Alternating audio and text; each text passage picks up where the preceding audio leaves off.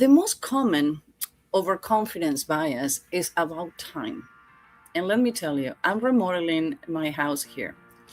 I have a big container outside, and I said, in a week, I'm going to tackle. It's been 2 weeks, and I haven't been able to put things that I should put on the container. Why? Because work, meetings, I'm working full time, doing a master and remodeling my house. And I love to do the work by myself. So now we have high humidity. And guess what? I start painting the rooms by myself. I have paint in my nails because I love it. I find it really gratifying. But guess what? My overconfident bias says I'm going to paint one room a day. And the truth to be told, because of the interruptions and the meetings, it's been taking me an average of 4 days a room. Second coat, the ceilings, the walls, the trims.